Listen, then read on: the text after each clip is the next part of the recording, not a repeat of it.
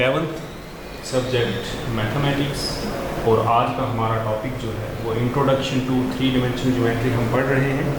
उसमें basic terms axis क्या होती हैं, प्लेन के कोऑर्डिनेट प्लेन्स क्या होते हैं, कार्टेशियन कोऑर्डिनेट्स क्या होते हैं और कौन से प्लेन में कोऑर्डिनेट्स किस तरह के होंगे, इन जनरल स्पेस में कोऑर्डिनेट्स किस तरह के होंगे, किसी भी पॉइंट के कोऑर्डिनेट्स, एक्सिस पर कोई पॉइंट है उसके कोऑर्डिनेट्स किस तरह से होंगे।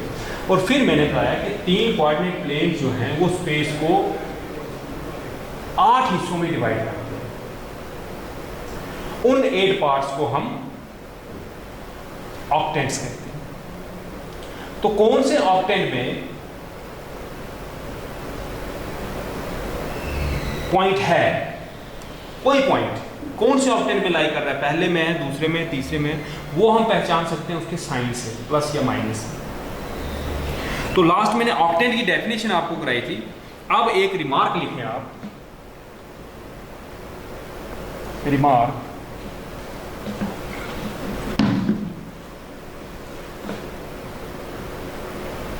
signs of the coordinates of a point in octants। ठीक है, तो हम एक टेबल बना लेंगे। उस टेबल में हम एक तरफ ऑक्टेंट्स लिखेंगे और दूसरी तरफ हम उनके साइंस लिखेंगे, कोऑर्डिनेट्स कौन कौन से हैं। सो इस तरफ ऑक्टेंट्स, यहाँ कोऑर्डिनेट्स। सो आप सब जानते हैं कोऑर्डिनेट 3 होंगे, x, y, z।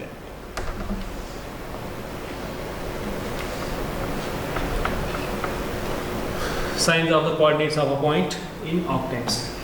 तो first octant, second, third, fourth, fifth, sixth, seventh,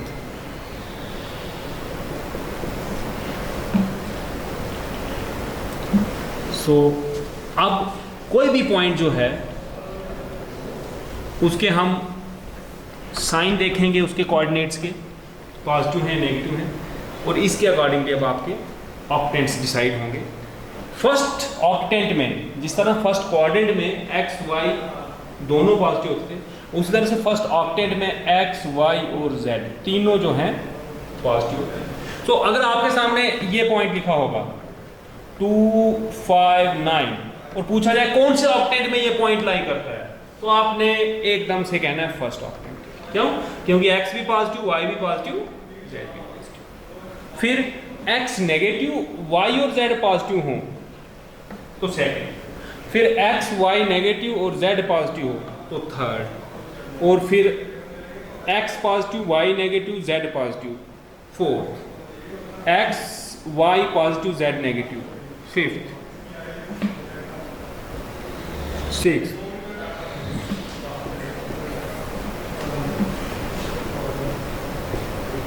ये इस तरह से ये टेबल आपको लर्न करना है ताकि आपको ऑक्टेंट्स पहचानने में कोई प्रॉब्लम ना हो। तो जितने हमने ये टॉपिक पढ़े, ये टॉपिक हमें ठीक से ध्यान में आ जाए। हम एक छोटी सी एक्सरसाइज है इसकी, वो कर लेते हैं एक्सरसाइज। सो अब हम अपनी एक्सरसाइज जो है इस पे बेस्ड फर्स्ट एक्सरसाइज हमारी 3D की, उसको कंप्लीट कर लेते हैं। फिर इससे नेक्स्ट टॉपिक जो है मुझसे आगे बढ़ेंगे। Exercise 12.1, question number 1। A point is on x-axis. What are its y coordinates and z coordinates? Any point on x-axis is of the form x, 0, 0. Therefore,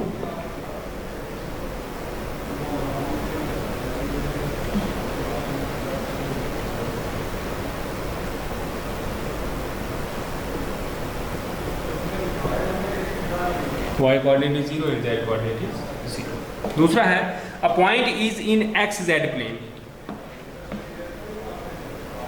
any, ये सब नोट्स, सब थ्योरी जो मैं आपको पिछले लेक्चर में लिखवा चुका हूँ, any point in the X Z plane is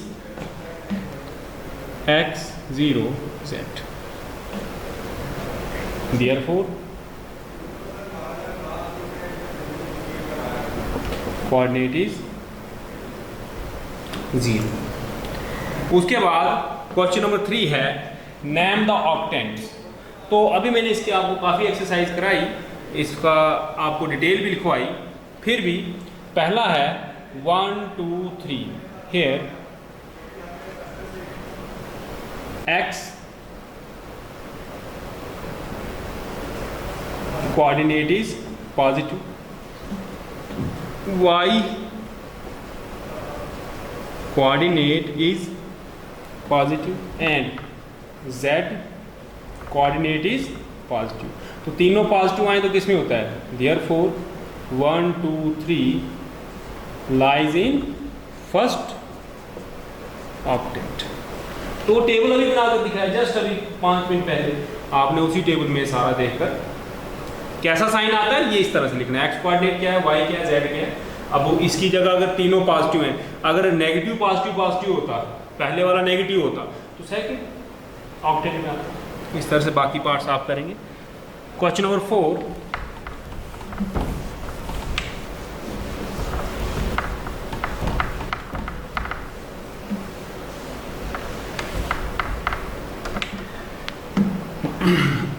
Question number 4, first part. The x-axis and y-axis taken together determine a plane known as,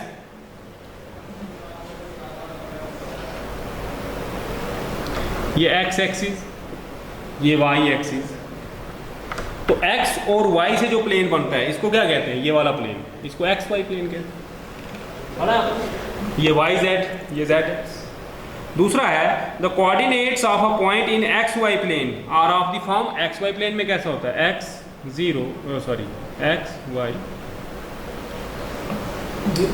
क्योंकि z का मतलब हो गया एक्स वाई प्लेन से डिस्टेंस, तो एक्स वाई प्लेन से distance x Y plane का कितना होगा, 0 होगा, तो इसलिए z कोऑर्डिनेट 0। बाकी डिस्टेंसेस यहाँ से और यहाँ से हैं, इस प्लेन से और इस प्लेन से, तो वो कुछ ना कुछ होंगे। उसके बाद coordinates of the point of the plane divide the space into, coordinate planes divide the space into, कोई डेफिनेशन आ गई ऑक्टेंट की definition, into 8 octants.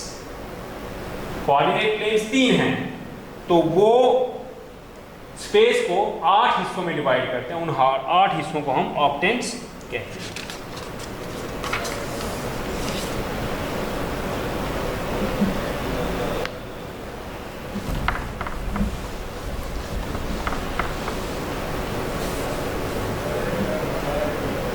So next question is distance formula। Distance formula आपने 11th में भी पढ़ा है। Distance formula आप कोई फर्स्ट टाइम नहीं पढ़ रहे हैं, बस वहाँ आपने 2 डायमेंशन पढ़े थे, यहाँ 3 डायमेंशन है। तो सपोज करें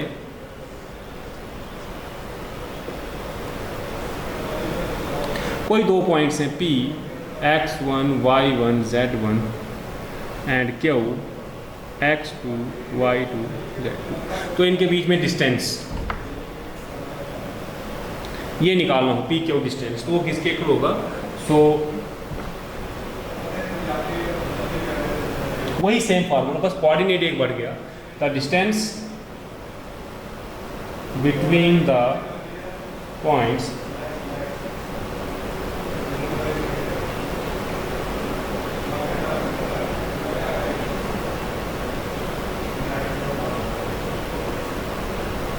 is given by, so PQ is square root of x2 minus x1 whole square plus y2 minus y1 whole square plus z2 minus z1।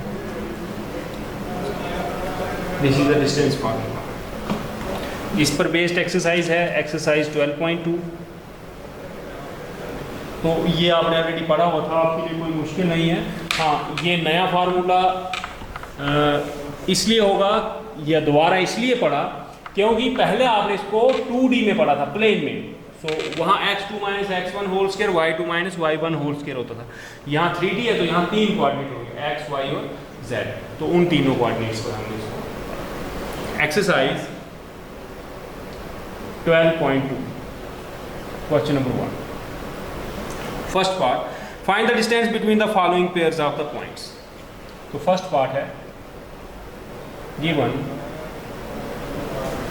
points are A 2, 3, 5 and B 4, 3, 1.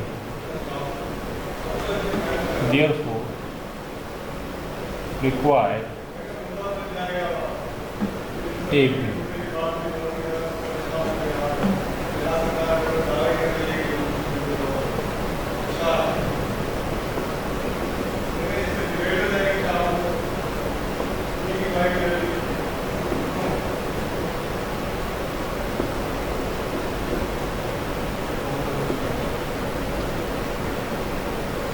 This is the distance.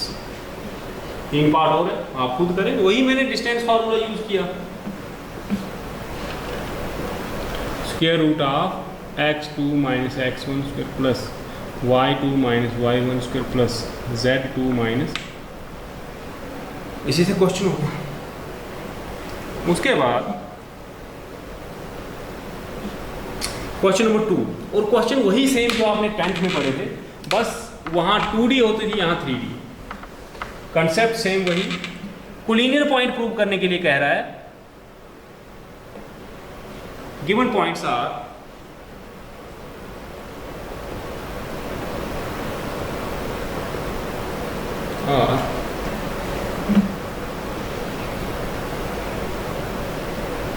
P -2, 3, 5। क्या हो, नाम हमने खुद डाल दिए, इनके point से coordinates दिए थे, क्योंकि घड़ी घड़ी लिखने होते हैं। तो एंड आर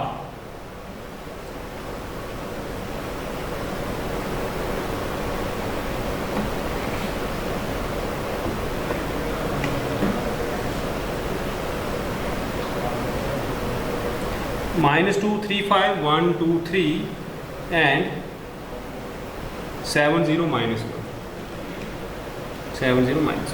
देखिए नाउ बेसिकली कोलिनियर पॉइंट्स होंगे तो एक ही लाइन पर होंगे, तो कोई दो का सम, दो लेंथ्स का सम तीसरे के इक्वल आएगा ही आएगा, क्योंकि अगर एक ही पॉइंट पर है, सपोज करें P यहाँ है, Q यहाँ है, R, तो PR plus R Q P Q के इक्वल होगा। अगर R यहाँ नहीं यहाँ है तो PQ प्लस QR PR के बराबर होगा। लेकिन कोलिनियर पॉइंट्स में 3 पॉइंट्स हैं, 3 लेंथ्स बनेगी, तो 2 लेंथ्स का सम हमेशा किसी तीसरी लेंथ के इक्वल होगा। हम तीनों लेंथ्स निकालते हैं। PQ 1 - +2 square, 2 - 3 square, 3 - 5 square. This is square root of 3 square, 9 -1 1 -2 4, that is square root of 14। PQ QR QR 7 - 1 square, 0 - 2 square, -1 - 3 square. This is 636 plus 4 plus 25 65। इसको चेक कर लें। 3 9 2 1, ठीक है।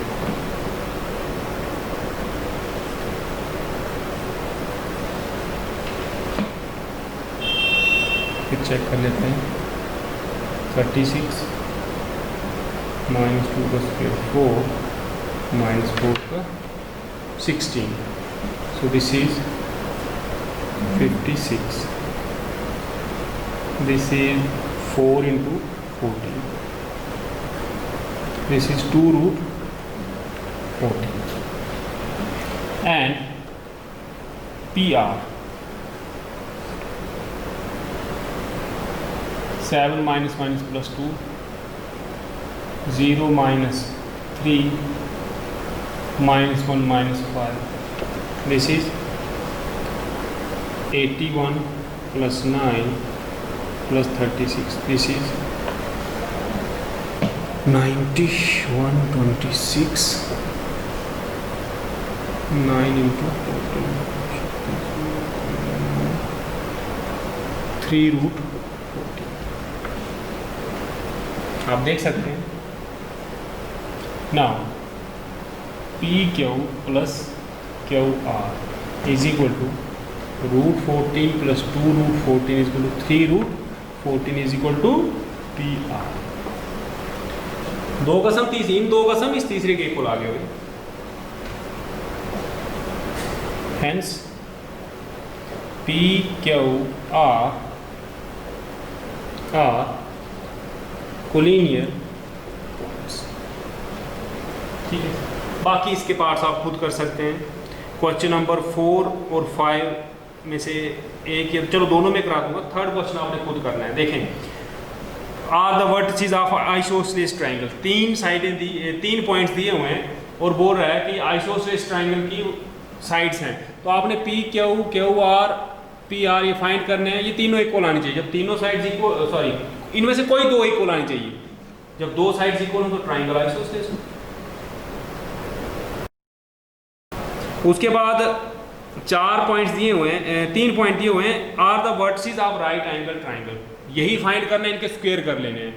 पी क्यू स्क्वायर या ए बी रखो, A B square, B C square, A C square. कोई दो के स्क्वायर का सम अगर तीसरे के, कोई दो साइडों के स्क्वायर का सम तीसरी के इक्वल आया तो पाइथागोरस थ्योरम बन जाते हैं। Pythagoras theorem right angle triangle की प्रॉपर्टी है, तो उससे प्रूव हो जाएगा। फिर तीसरा पार्ट है are vertices of parallelogram, 4 point दिए हुए हैं। तो आपने 4 पॉइंट होंगे तो A B, B C, C D D ये फाइंड करने। अपोजिट साइड्स इक्वल हुई लेंथ में तो पैरेललोग्राम बन गया। ये सब आपने ऑलरेडी 10th में ये कंसेप्ट यूज किए हैं। तो नया क्या यहाँ पढ़ा आपने? नया ये पढ़ा कि यही आप 2D में पढ़ते थे, यहाँ ये 3D में पढ़े। यहाँ एक कोऑर्डिनेट z जो है वो एक्सेट्रा और आ गया, एक कोऑर्डिनेट जो है वो बढ़ गया 3D में, क्योंकि 2D में लेंथ ब्रेड्थ है तो 3D में आपके पास हाइट भी आ गई, लेंथ ब्रेड्थ हाइट। जैसे ये रूम है, स्पेस 3D, तो वहाँ पर 3 कोऑर्डिनेट्स होते हैं। ये क्वेश्चंस आप कर लें। कल इसके 2 पार्ट करके सेक्शन फार्मूला इसका लास्ट टॉपिक है, वो पढ़ेंगे और उसके क्वेश्चन करेंगे। 3D में आपने यही बेसिक टर्मिनोलॉजी पढ़नी थी, डिस्टेंस फार्मूला, सेक्शन फार्मूला, ये सब चीज़ें पढ़नी है। आज के लिए इतना काफ़ी है। जो एक्सरसाइज मैंने आपको दी उनको सॉल्व करें घर में, उसकी प्रैक्टिस करें और कल हम इसका लास्ट टॉपिक जो है वो करें।